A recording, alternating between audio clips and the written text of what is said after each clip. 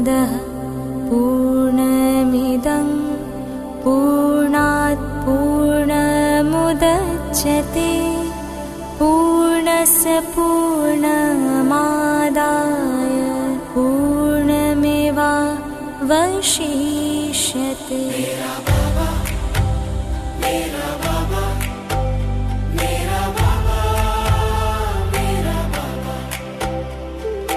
शांति का सागर है मेरा बाबा, शक्ति का सागर है मेरा बाबा, प्रेम का सागर है मेरा बाबा, ज्ञान का सागर है मेरा बाबा, करुणा का सागर है मेरा बाबा, धैर्य का सागर है मेरा बाबा, सत्य का सागर है मेरा बाबा, पवित्रता का सागर है मेरा बाबा, रूप का सागर है मेरा बाबा, मधुरता का सागर है मेरा बाबा, मेरा बाबा, मेरा बाबा, मेरा बाबा, मेरा बाबा, मेरा बाबा, मेरा बाबा, मेरा बाबा,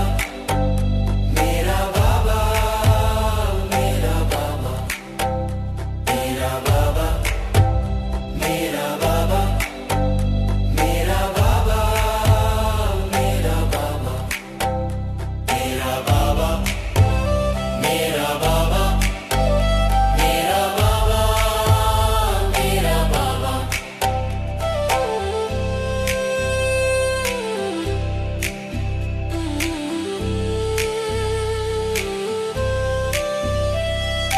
याद प्यार का सागर है मेरा बाबा, आनंद का सागर है मेरा बाबा, दया का सागर है मेरा बाबा, नम्रता का सागर है मेरा बाबा, ऊर्जा का सागर है मेरा बाबा, नवीनता का सागर है मेरा बाबा, उमंग का सागर है मेरा बाबा, उत्साह का सागर है मेरा बाबा, उजाले का सागर है मेरा बाबा, स्थिरता का सागर है मेरा बाबा।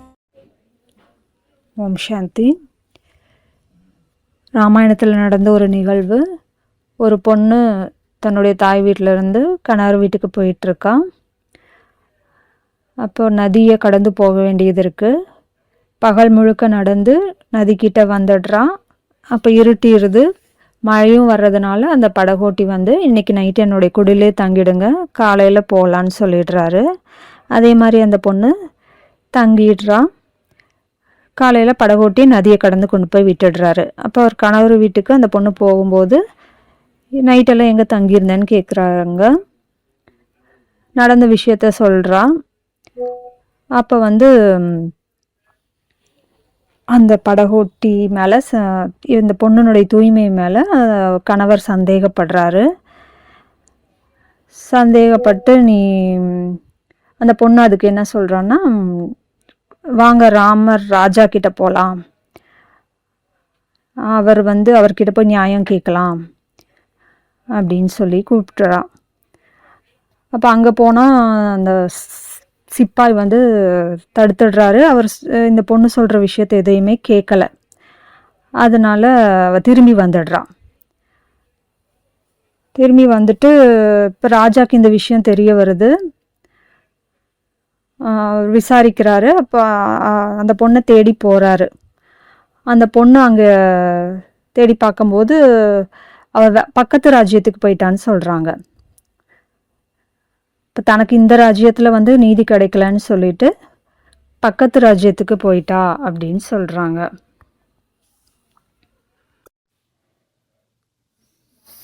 ஸோ மாயாவுடைய எவ்வளோ பெரிய தடைகள் வந்தாலும், நம்ம எவ்வளோ போரிட வேண்டி இருந்தாலும் லட்சியத்தை விடக்கூடாது. உறுதியாக இருந்து லட்சியத்தை அடையணும் அப்படிங்கிறதும் பாபா முரளியில் இருந்தது. ஸோ இன்றைக்கி இந்த சீசன் 33வது நாள் பட்டியினுடையது. லக்ஷணம் லக்ஷ்யத்தை சமமாக்குங்க. முரளி டேட் வந்து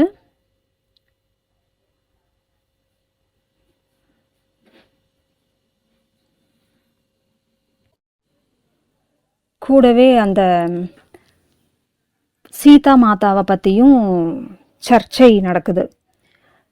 ராவணன்கிட்ட 10 மாதம் இருந்தாங்க. ஆனால் ராமர் வந்து தன்னுடைய மனைவி மேலே இருக்கிற மோகத்தினால சீதாவை மகாராணியாக மாற்றி வச்சுக்கிட்டாரு. எவ்வளவோ ராஜகுமாரிகள் கிடைப்பாங்க. ஆனால் கூட ராஜாவுக்கு சீதா மேலே இருக்கிற மோகத்தினால அவர் சீதா மேலே சந்தேகப்படாமல் வச்சுக்கிட்டாரு அப்படின்னு எல்லாம் பேசிக்கிறாங்க. அந்த சீதா அப்படி பண்ணதுனால தான் அயோத்தியாவில் இருக்கிற பொண்ணுங்க எல்லாருமே வந்து ஒழுக்கத்தை மறந்து இப்படியெல்லாம் இருக்கிறாங்க அப்படின்னும் பேசிக்கிறாங்க. அதனால் ராமருக்கு வந்து ரொம்ப துக்கமாயிருது.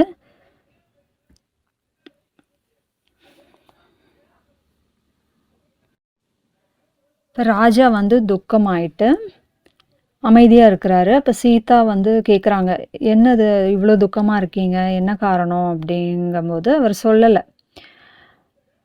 அப்போ ராணியே சீதாவே என்னை வந்து கண்டுபிடிக்கிறாங்க. அப்போ பிரஜைகள் வந்து இப்படியெல்லாம் பேசிக்கிறது தான் இவரோட துக்கத்துக்கு காரணம் அப்படின்னு சொல்லிட்டு வேணா என்னை வந்து தியாகம் பண்ணிடுங்க அப்படின்னு சொல்கிறாங்க. பழைய மியூசியம் இருக்குது. இவங்க ரகுவம்சத்தில் மூதாதையர்கள் எல்லாம் இருந்த அந்த இடத்துக்கு கூட்டிகிட்டு போகிறாங்க. அங்கே வந்து இவர் வந்து உறுதிமொழி எடுத்திருந்தார், நான் வந்து இந்த ரகுவம்சத்துடைய குலப்பெருமையை காப்பாற்றுவேன் அப்படிங்கிற மாதிரி. அதெல்லாம் சீதா ஞாபகப்படுத்துகிறாங்க.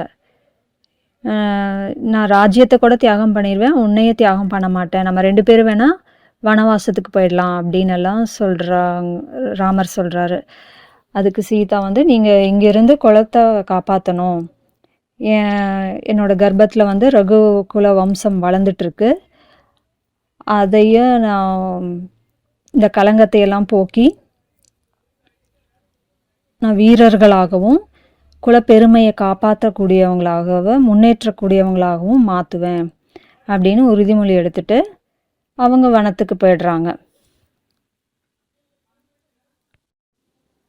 அப்போ அந்த லட்சியம் சீதா வந்து என்ன வச்சாங்க,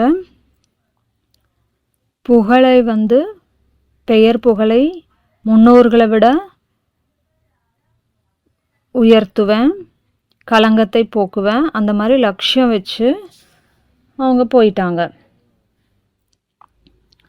வீரர்களாகவும் என்னுடைய புதல்வர்களை வீரர்கள்னு நிரூபித்து காட்டுவேன் அப்படின்னு சொல்லியிருந்தாங்க. இந்த உறுதிமொழி, அதாவது லட்சியம், அதுக்கு தகுந்த மாதிரி அவங்க யோக்கியமானவங்களா குழந்தைகளை வளர்த்திருந்தாங்க. பிரஜைகள் மேலேயும் அந்த பிரஜைகள் கிட்ட இருந்த அந்த கலங்கமும் போயிடுச்சு. அந்த உண்மை வந்து வெளிப்பட்டுருச்சு. அப்புறம் பிரஜைகளெல்லாம் வந்து மன்னிப்பு கேட்டாங்க சீதா மாதாவுக்கு முன்னாடி. ஸோ அந்த மாதிரி ஒரு நிகழ்வு. ஸோ இன்றைக்கி முரளியில் லட்சியத்தை ஆதாரமாக வச்சும் நம்முடைய இந்த அவ்யக்தவாணி இருந்தது. லட்சியம் கொடுத்துருக்காரு, லக்ஷணங்களை சமமாக கொண்டு வரணும், லட்சியத்துக்கு சமமான லட்சணங்களை நம்ம கொண்டு வரணும்.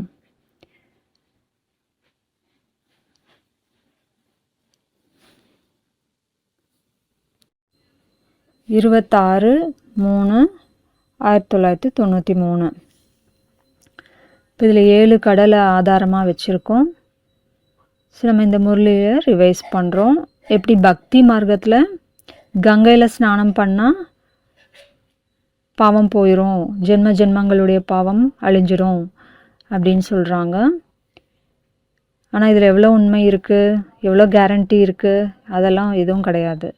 ஸோ பரமாத்மாங்கிற கடலில் நம்ம நினைவுங்கிற மூங்கி எழுந்திருக்கும் போது, நினைவில் மூழ்கி எந்திரிக்கும் போது தான் ஆத்மாவில் இருக்கிற ஜென்மங்களுடைய விகர்மங்கள் விநாசாகுது. ஆத்மா திவ்ய குணதாரியாக மாறுது. இதுக்கு கேரண்டி பகவான் கொடுக்குறாரு. இப்போ அந்த 7 கடல் முதல்ல கடலில் மூழ்கி எந்திரிக்கணும். அப்போ தான் குறை பலவீனங்கள் விகாரங்கள் இதெல்லாம் சமாப்தி ஆகிடும். ஸ்வாகா பண்ணணும். அப்போ திவ்ய குணங்களை தாரணை பண்ணுவோம். லட்சியத்தை அடைஞ்சு புருஷார்த்தம் பண்ணுவோம். இப்போ முதல் சாகர் லட்சியத்தின் சாகர்.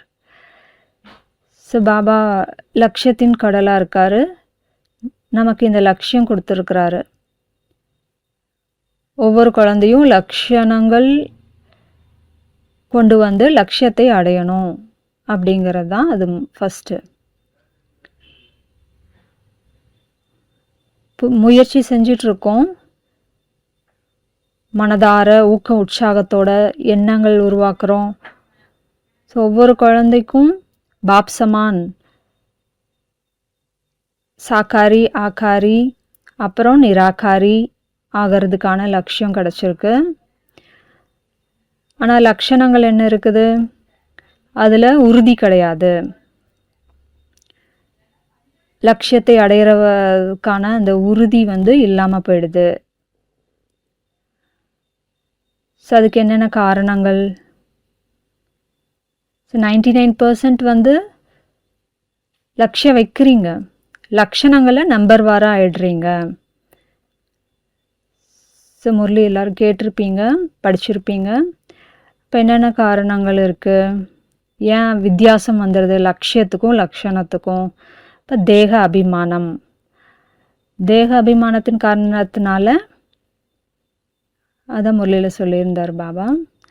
திருடத்தா உறுதித்தன்மை குறைவாக இருக்குது. இப்போ சாதாரண நிலை வந்துடுது. இப்போ வேற என்ன காரணம் சொல்லியிருந்தா அகங்காரி ஆயிடுறோம். அகங்காரத்தோட காரணத்தினால லட்சியத்தை அடைய முடியல.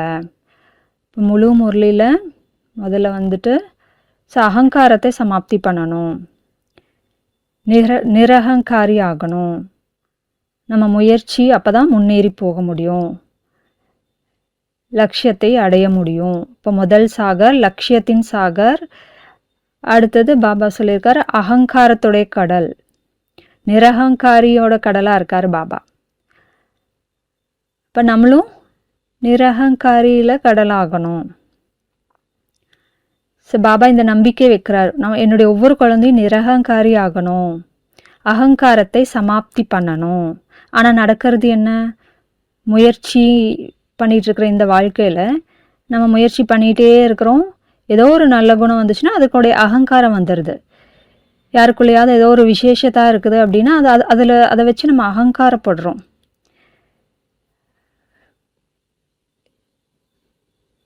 இப்போ அதுக்கு காரணம் அப்போ நம்ம நிரகங்காரி ஆகிறதுக்கு விடுறது கிடையாது. ஸோ முயற்சியில் முன்னேற முடியாமல் இருக்கிறதுக்கு அகங்காரம்தான் காரணம். ஸோ எப்படி ராமாயணத்தில் இன்னொரு நிகழ்வு இருந்தது. ராவணனுக்கு எல்லா நல்ல குணமும் இருந்தது, நிறைய நல்ல குணங்கள் இருந்தது. அவர் சாஸ்திரங்களை நிறையா படித்து ஞானியாக இருந்தார். ஒரு பிராமணனுடைய மகனாக இருந்தார், பிராமண குலத்துடைய வம்சத்தில் இருந்தார். சாஸ்திரங்களுடைய ஞானம், அஸ்திரங்களுடைய ஞானம். அப்புறம் சிவபக்தர்,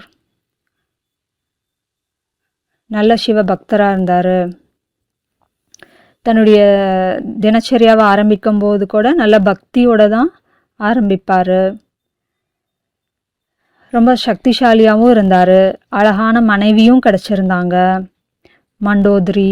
பெரிய நல்ல ராஜ்யம், அந்த ராஜ்யத்துக்கு மகாராஜாவாகவும் இருந்தார். அப்படி இருந்தும் சீதா மேலே ஆசைப்பட்டு அபகரிச்சுட்டு வந்துட்டார். ஸோ லங்கையில் கொண்டு வச்சுருந்தார் இல்லையா. ஸோ தினமும் சீதாக்கு முன்னாடி போயிட்டு என்னையும் உன்னோட கணவராக ஏற்றுக்கோ, அப்படி பண்ணலைன்னா நான் உன்னை கொன்றுவேன், அந்த மாதிரி மிரட்டல் கொடுத்துட்டு இருந்தார். சிவனுக்கு கூட மிரட்டல் கொடுத்தாராம். அப்போ அந்த அவருடைய தர்பாரில் இருக்கிற வித்வான்கள் எல்லாம் சீதா மாதா வந்து சாதாரணமானவங்க கிடையாது, லக்ஷ்மியோட அவதாரம். அதனால் பிரபு கிட்ட ராமச்சந்திர கிட்ட போய் நீங்கள் மிகுந்த மரியாதையோட திருப்பி கொடுத்துருங்க, சீதாவை ஒப்படைச்சிடுங்க அப்படின்னெல்லாம் உறுதி அட்வைஸ் பண்ணாங்க. ஆனால் இவருக்கு அகங்காரம், எப்படி இவங்க சொல்கிறத நான் கேட்டு நடக்கிறது அப்படின்னு அகங்காரத்தினால அவர் ஒப்படைக்கலை. எந்த சூழ்நிலை வந்தாலும் நான் தலை குனிய மாட்டேன் அப்படிங்கிற அகங்காரம். அப்போ சர்வநாசம் ஆயிடுச்சு. ஸோ பாபா சொல்கிறாரு, அகங்காரம் அது வந்துச்சுன்னா நம்மளுக்கும் இந்த நிலைமை தான் வருது. அது நமக்கு ஒரு பெரிய அழிக்கக்கூடிய விகாரமாக இருக்குது. சொல்கிறதுக்கு சாதாரணமாக இருந்தாலும் சர்வநாசம் பண்ணக்கூடிய விகாரம் அது. ஸோ புருஷார்த்த வாழ்க்கையில் முன்னேறதுக்கு விடுறதில்ல. அகங்காரத்தை சமாப்தி பண்ணுங்க, நிரகங்காரி ஆகுங்க. அடுத்தது பாபா பலவிதமான அபிமானங்களை சொல்லியிருந்தார். முதல்ல வந்து தேக அபிமானம். எல்லாருக்குள்ளேயும் நல்ல சம்ஸ்காரங்கள் இருக்குது அப்படின்னா அது வந்து அபிமானமாக மாறிடுது. ஸோ எனக்கு புத்தி நல்லா இருக்குது, நான் சீக்கிரமாக முரளி படிச்சிடுறேன், முரளி ஞாபகம் வச்சுக்கிறேன், இந்த மாதிரியெல்லாம் ஒரு அபிமானம். ஸோ நான் சர்வகுண சம்பனமாக இருக்கேன், ஏதோ ஒரு கலை இருந்தாலும் அதை வச்சு அபிமானம் வந்துடுது.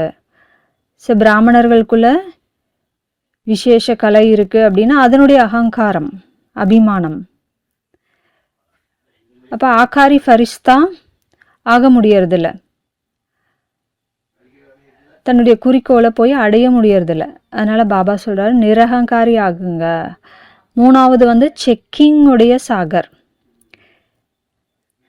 நம்ம உள்ளே போய் ஆழமாக சிந்தனை பண்ணி யோசித்து நமக்குள்ளே என்னெல்லாம் இருக்குது அப்படிங்கிறத செக் பண்ணணும். செக்கிங்கில் கடலாக இருக்கணும். அப்போ தான் நம்ம சேஞ்ச் பண்ண முடியும். அம்ச மாத்திரத்தில் கூட இந்த விகாரங்கள் இருக்கா அப்படிங்கிறத செக் பண்ணணும். சமயத்தின் தகுந்த மாதிரி, சேவைக்கு தகுந்த மாதிரி நம்மளை அடிக்கடி செக் பண்ணிகிட்டே இருக்கணும்.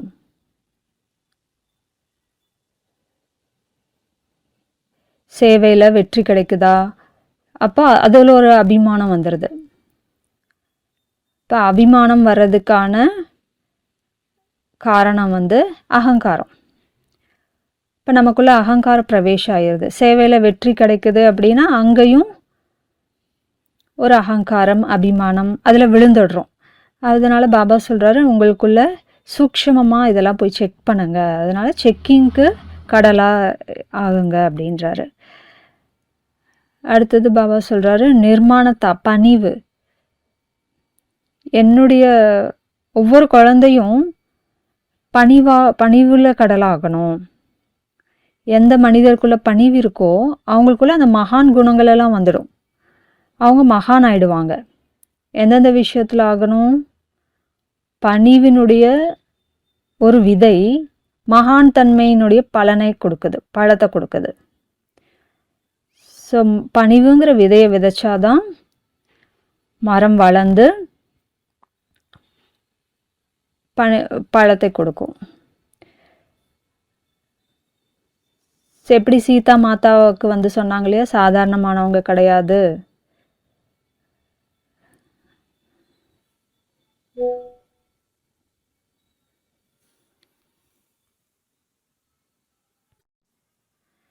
பணிவு இருந்துச்சுனாலே ஆசீர்வாதங்கள் கிடைக்கும்.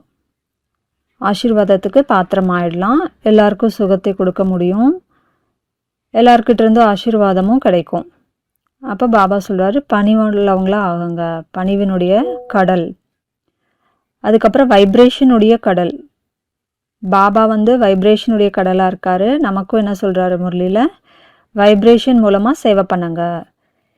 இந்த விதியை யூஸ் பண்ணி இப்போ இதை 1993 சொல்லியிருக்கிறது முரளி. இது இப்போ நடைமுறையில் நம்ம ஃபாஸ்ட் கத்தியில் சேவை நடக்கணும். அதுக்கு வைப்ரேஷன் ஸ்திதியையும் சூழ்நிலையையும் பவர்ஃபுல்லாக மாற்றணும். நம்ம வாணி மூலமாக சேவை பண்ணாலும் வைப்ரேஷனும் கொடுக்கணும்.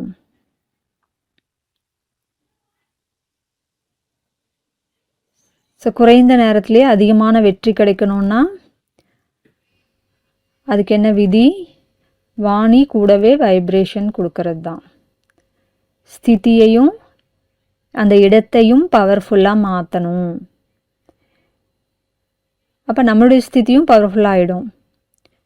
ஆட்டோமேட்டிக்கலாக வரக்கூடிய ஆத்மாக்கள் எல்லாரும் அட்ராக்ட் ஆகி வருவாங்க. தாதிகள் பற்றி நம்ம யோசித்தோம் அப்படின்னா, ஆரம்பத்தில் அவங்க அந்த தபஸ்யா முடிச்சுட்டு போன இடத்துல அந்த ஸ்திதியை பவர்ஃபுல்லாக மாற்றினாங்க. அவங்க ஸ்திதி அந்த இடம் எல்லாத்தையுமே பவர்ஃபுல்லாக மாற்றினாங்க.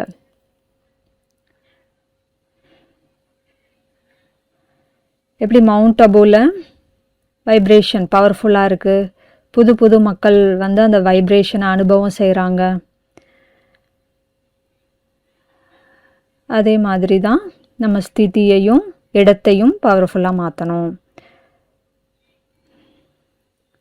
இப்போ சேவை நாலா பக்கமும் பரவும்.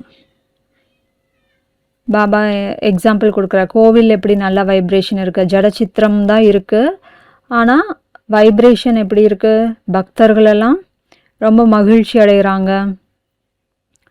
ஸோ அந்த வைப்ரேஷன் பவர்ஃபுல் எப்படி ஆகுச்சு? இந்த விதி தான் அப்படின்றார். மனம் புத்தினால் வீணான எண்ணங்கள் அதை கூட நம்ம வைப்ரேஷன் மூலமாக மாற்ற முடியும். இப்போ வீணான எண்ணங்கள் எல்லாம் சமாப்தி ஆகிடும். நம்ம வைப்ரேஷனே பவர்ஃபுல் ஆகிடும். அந்த இடமும் பவர்ஃபுல் ஆகும். வரக்கூடிய ஆத்மாக்கள் தானாக அட்ராக்ட் ஆகி வருவாங்க. சேவையில் வெற்றி கிடைக்கும். ஸோ பாபா அடுத்தது சகயோகத்தின் கடல் அப்படின்றாரு. இப்போ உண்மையான குழந்தைகள் யார் இருக்காங்களோ அவங்களுக்கு சகயோகம் கிடைக்கும். சர்வீசபிள் குழந்தைகளுக்கு சகயோகம் கிடைக்கும். பரந்த மனமுடைய எல்லைக்கப்பாற்பட்ட மனமுடைய குழந்தைகளுக்கு சகயோகம் கிடைக்கும். ஸ்ரீமத் படி நடக்கிறவங்களுக்கு பாபா சகயோகம் கொடுக்குறாரு. ஸோ முரளியில் சொல்லியிருக்கு, அதிகாரி குழந்தைகளுக்கு அதிகாரத்தோடு எடுத்துக்கலாம். அது பாபா சகயோகம் கொடுத்துட்ருக்காரு.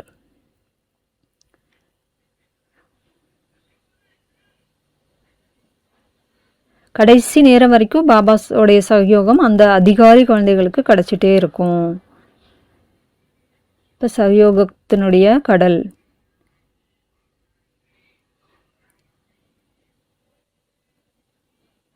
அதே மாதிரி சகயோகத்தினால வெளியுலகத்தில் இருக்கிற ஆத்மாக்களுக்கு சம்பந்தம் தொடர்பில் கொண்டு அவங்கள சகயோகியாக மாற்றி அதுக்கப்புறம் சகஜ யோகியாக மாற்றணும்.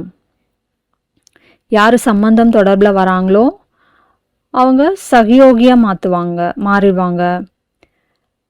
அவங்கள போயிட்டு நீங்கள் 1 மணி நேரம் உட்காந்து முரளி கேளுங்க, 1 மணி நேரம் யோகா பண்ணுங்க அப்படின்னா அவங்களுக்கு அது கஷ்டமாக இருக்கும். அதே இந்த சேவை பண்ணுங்க, இதுக்கு உங்களோட சகயோகம் தேவை, அந்த மாதிரி ஏதாவது சேவை கொடுத்தோம்னா அவங்க ஈஸியாக பண்ணிடுவாங்க. அப்படி சம்மந்தம் தொடர்பில் சகயோகியாக வச்சு அப்புறமா அவங்கள சகஜ யோகியாக மாற்றிடலாம். அடுத்தது கடைசியாக ஞானத்தின் கடல்.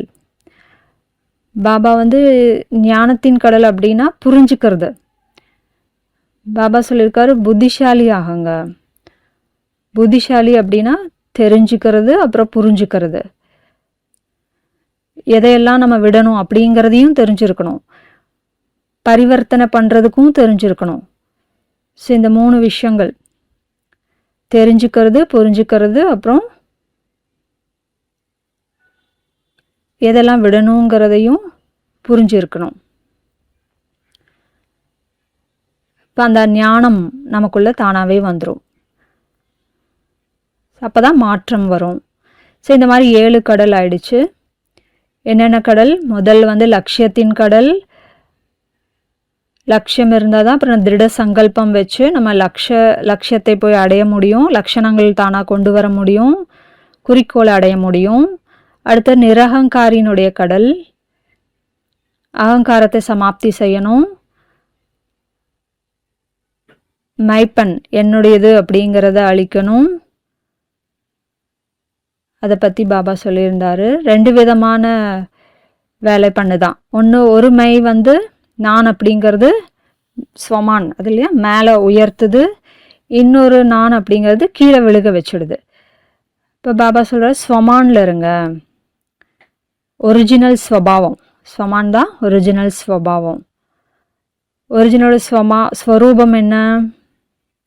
நான் ஆத்மா, அதுதான் ஒரிஜினல் ஸ்வபாவம். இது நினைவு இருந்துச்சு அப்படின்னா, அது அபியாசம் பண்ணியிருந்தோம் அப்படின்னா, என்னோடது நான் அப்படின்னு அது அகங்காரமான நான் அப்படிங்கிறது போயிடும். தேக பானம் அதெல்லாமே கீழே விழுக வைக்கக்கூடியது. ஸோ அதை சமாப்தி பண்ணணும், நிரகங்காரி ஆயிடுவீங்க. அடுத்தது செக்கிங்குடைய கடல். நமக்குள்ளே என்னென்ன அவகுணம் இருக்குது, விகாரம் இருக்குது, அதை செக் பண்ணி சேஞ்ச் பண்ணணும். பாப் சமான் ஆக முடியும் அப்போ தான். அடுத்த கடல் பணிவினுடையது. பணிவினுடைய குணம் நமக்குள்ளே தாரணை பண்ணணும், அப்போ மகான் ஆயிடுவோம். அடுத்தது வைப்ரேஷனுடைய கடல். வைப்ரேஷன் வந்து நம்முடைய ஸ்திதியையும் அந்த இடத்தையும் பவர்ஃபுல்லாக மாற்றணும். அப்போ தான் மற்ற ஆத்மாக்கள் தானாகவே அட்ராக்ட் ஆகி வருவாங்க, சேவையும் நடக்கும். அடுத்தது வந்து சகயோகத்தின் கடல். சம்பந்தம் தொடர்பில் வரவங்கள வந்து சகயோகியாக மாற்றி அப்புறம் சகஜ யோகி ஆக்கணும். அடுத்தது ஞானத்தின் கடல், புரிதல். அடுத்தது இப்போது கமெண்ட்ரி இருக்குது. கண்களை மூடி அமருங்க. மனம் புத்தியை ஒரு நிலைப்படுத்துங்க. புத்திங்கிற விமானத்தில்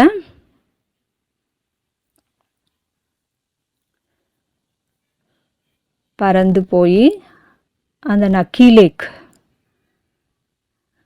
பாபா கூட்டிகிட்டு போவார் இல்லையா, அந்த நக்கி லேக்கில் இயற்கையினுடைய அமைதியில் போகலாம். உயர்ந்த மலை மேலே உட்காருங்க. இன்னும் சூரியன் கூட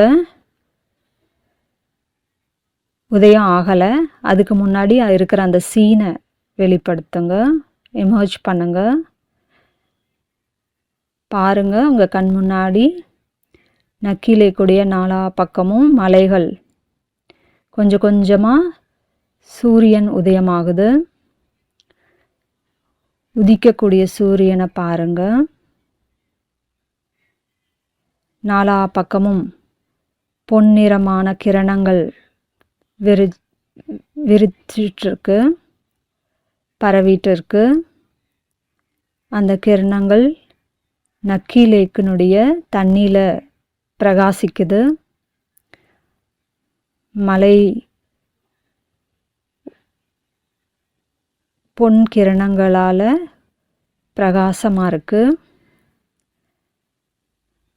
இந்த சீன் எமர்ஜ் பண்ணுங்க. இயற்கையினுடைய அமைதியில் அழகில் இருக்கிறோம். நம்ம முன்னாடி பாப் தாதா 2 கைகளையும் விரித்து நம்ம முன்னாடி நின்றுட்டுருக்காரு.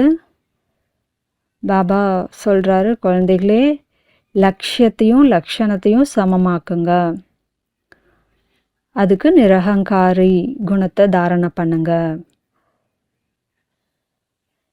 சாக்காரி சோ ஆக்காரி, ஆக்காரி சோ நிராகாரி ஃபரிஷ்தா ஆகுங்க.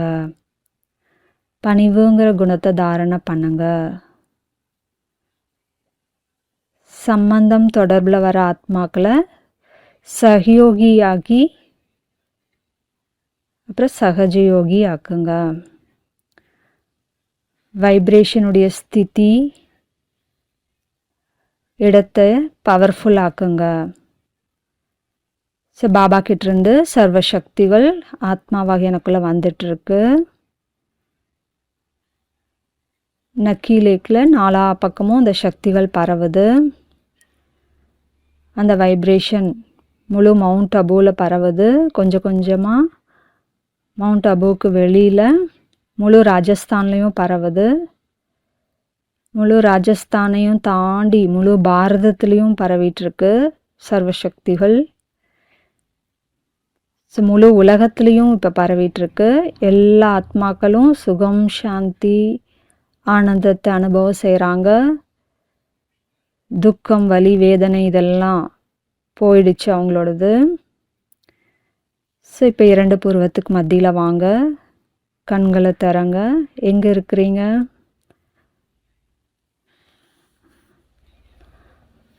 ஓம் சாந்தி.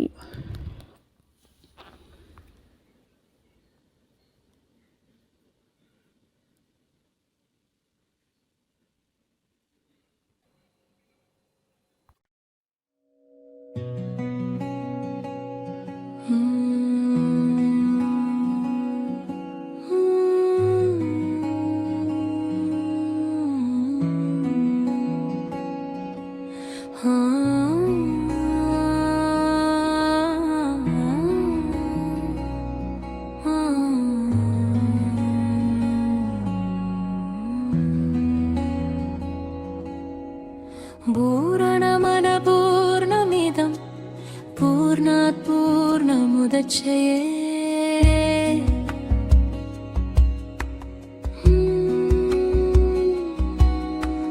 पूर्णस्य पूर्णमादाय पूर्णमावावशिष्यते.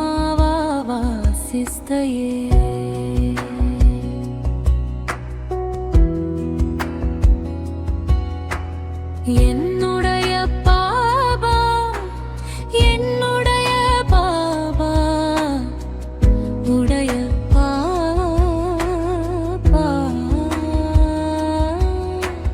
சாந்தியின் கடல் என்னுடைய பாபா சக்தியின் கடல் என்னுடைய பாபா அன்பின் கடல் என்னுடைய பாபா மாதத்தின் கடல் என்னுடைய பாபா கருணையின் கடல் என்னுடைய பாபா திரியத்தின் கடல் என்னுடைய பாபா சத்தியத்தின் கடல் என்னுடைய பாபா தூய்மையின் கடல் என்னுடைய பாபா ரூபத்தின் கடல் என்னுடைய பாபா இனிமே தன்மையின் கடல் என்னுடைய பாபா